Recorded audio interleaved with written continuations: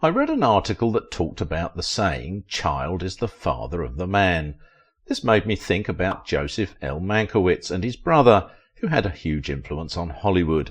These big movie stars had incredible careers, but did they feel disappointed by the industry they helped build? Let's uncover the truth, whether there was enough room for not one but two Mankiewiczes, and a reputation for being difficult to work with. Joseph L. Mankiewicz, a juicy family affair. Most of the time we watch Hollywood movies and enjoy them, but we often don't think about all the creative work that happens behind the scenes before the movies reach us. One of the creative talents whose name industry experts will remember in this area is Joseph L. Mankiewicz. Mankiewicz was very good at writing and directing movies. He combined these two jobs into one and became a big influence in early Hollywood. He made many great movies, just like his older brother Herman.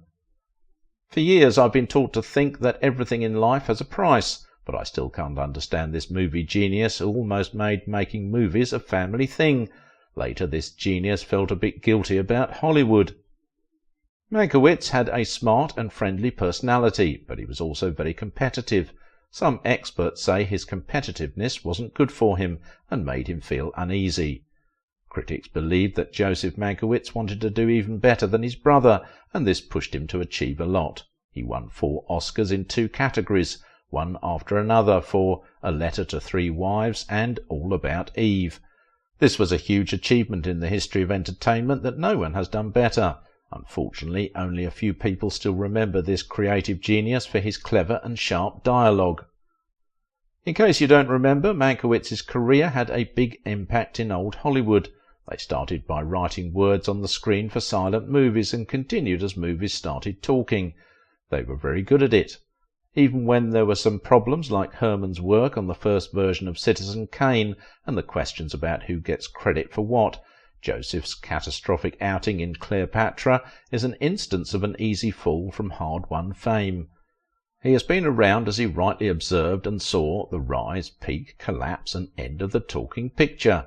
As far as fans are concerned, he made the cinema a place for witty and thoughtful presentations, a place for mature art with peculiar artistry. And yet very few still talk about his accomplishment in the industry. Perhaps you are one of those not sure why Joseph Mankiewicz is not as famous as he was supposed to be. Even if he sinned, why is his sin not talked about alongside his extraordinary success? Even though Mankiewicz was very creative, he got caught up in a big problem because of his movie Cleopatra in 1963. This was a very expensive and embarrassing failure in Hollywood history. It caused a lot of trouble for him for 2 years after that. Did the things that happened ruin Mankiewicz's career and health? Cleopatra was definitely a bad time for him, even though he usually worked very hard to do his best. People even saw him as a dependable expert in his field. In his last years, Mankiewicz felt very sad about what happened. He felt like he failed, even though many people thought he should have gotten more recognition because of his important work. But what was the issue? Although Cleopatra is one movie Mankiewicz was afraid to discuss in the media, he was not the initial director. According to stories, Ruben Mamoulian started making the movie, but there were many problems like where to film, how to film, and issues with the script and the actors. At one point Elizabeth Taylor was very sick, and people were even saying she might die. Mankiewicz came to help because he was good at both writing and directing, which the movie needed at that time. Some of us still believe that he possessed the kind of talent that still needed to be remembered by the older generation of fans and desired by younger ones, not just as one of the Hollywood royalty, but as a rare face in contemporary filmmaking. He was a very talented person who worked in many different types of movies. Mankiewicz made great careers for famous actors and actresses by writing scripts that were both serious and stylish. For about 17 years, Mankiewicz wrote movies for Paramount Pictures and became a successful writer and producer for MGM. His success took him to 20th Century Fox, where he made more than 10 movies in 6 years. But one of those movies made him very sad and sorry for a long time.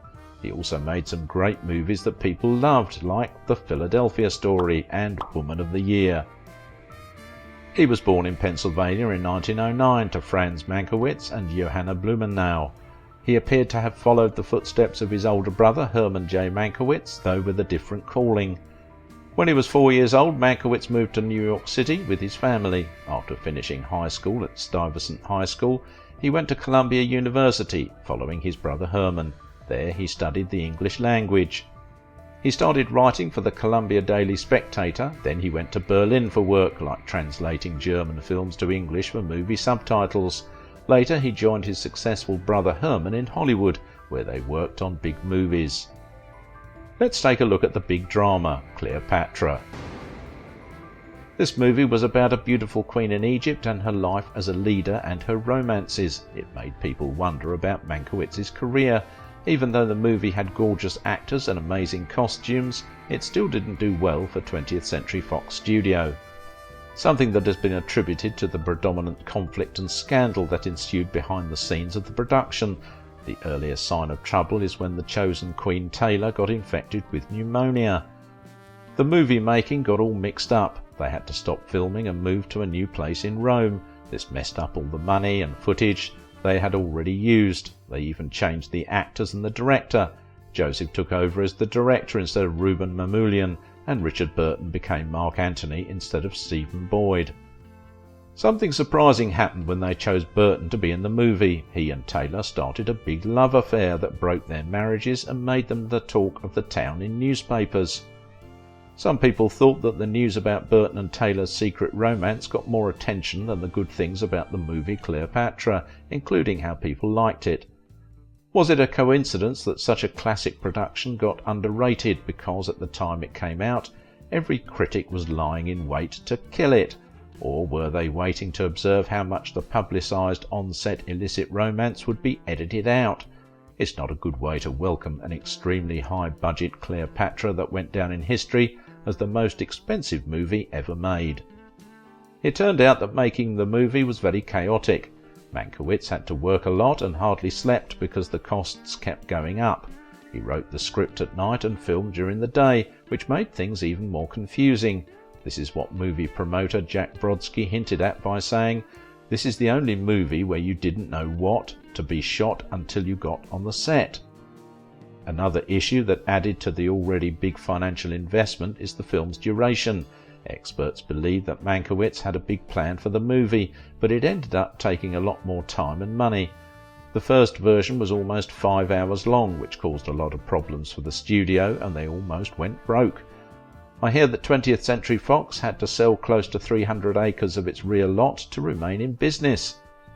That was how Mankiewicz was hired to save Cleopatra in an enticing contract, but he returned home regretting, as the film used up 2 years of his life. It also ended up turning his shining career into a downward spiral and inflicted severe financial damages on the studio.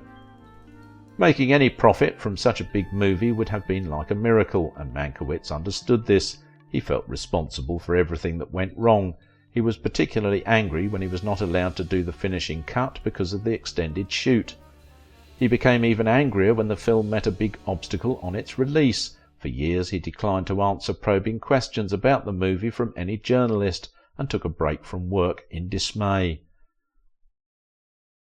Critics thought of Cleopatra as a fatal mistake, not because it was a bad film, but because its budget was unnecessary. While it almost messed up a studio, it made some millions in its initial release and is among the top 10 grossing films of the 1960s. It is also among the most beautiful films ever shot. Mankiewicz wore many hats. He was a producer, a director, and a big part of writing the stories for more than 60 movies. Some of these films would still be interesting to watch today if we could find the right way to show them, but this inventive master did not think himself high enough in Hollywood. After his time in the entertainment world, Mankiewicz liked being around smart and creative people in the business world. He was really liked by his colleagues in the movie industry back in his time. He's still thought of as one of those special talents who tried to make movies better, like Elia Kazan, Fred Zinnemann and Billy Wilder. People say he liked being friends with honest and very detailed people, even if they were a bit rough around the edges. Mankiewicz was a unique person, not because he was good-looking and smart, but also because he had a charm that attracted people.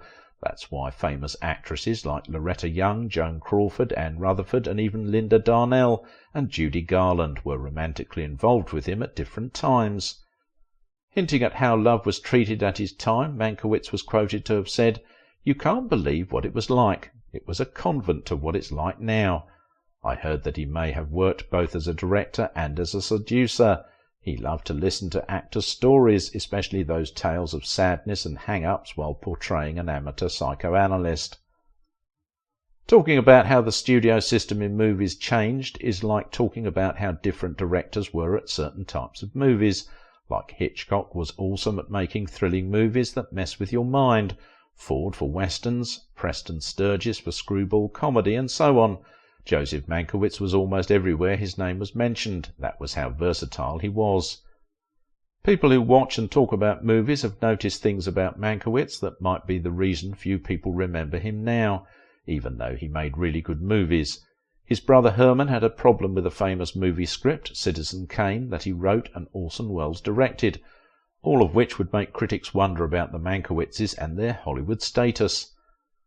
Joseph Mankiewicz was good at making up cool things to say in his movies. His words were funny and smooth, and he was a great writer before he even started directing. And when it came to how he felt about girls, Mankiewicz liked them when they were young. He didn't like all the actresses he worked with, but he was nice to some of them because he was the kind of director who tried to be charming. He did that because he thought being romantic would help them work well together.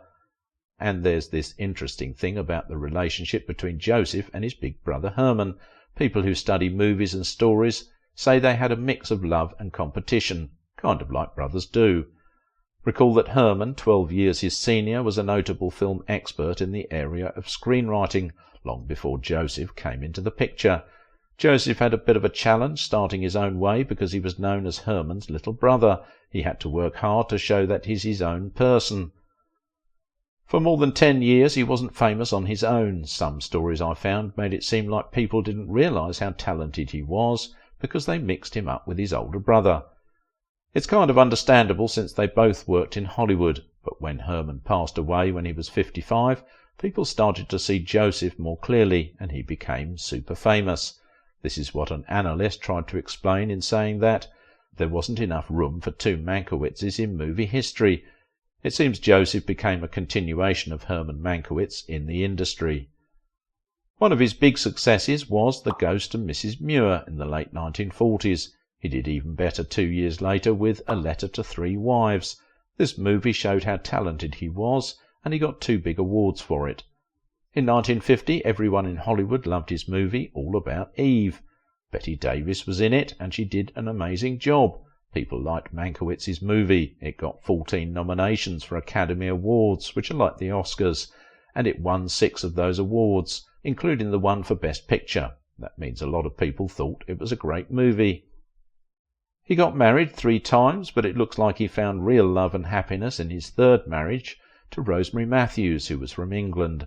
She was the daughter of someone important who worked for the King, George VI. Mankiewicz got his first right to direct his first film for 20th Century Fox Studio in The Keys of the Kingdom, after he was signed in. That movie, which he also scripted alongside Nunnally Johnson and produced, had featured his second wife Rose Stradner. Joseph L. Mankiewicz died of a heart attack in 1993, not up to a week before he celebrated his 84th birthday.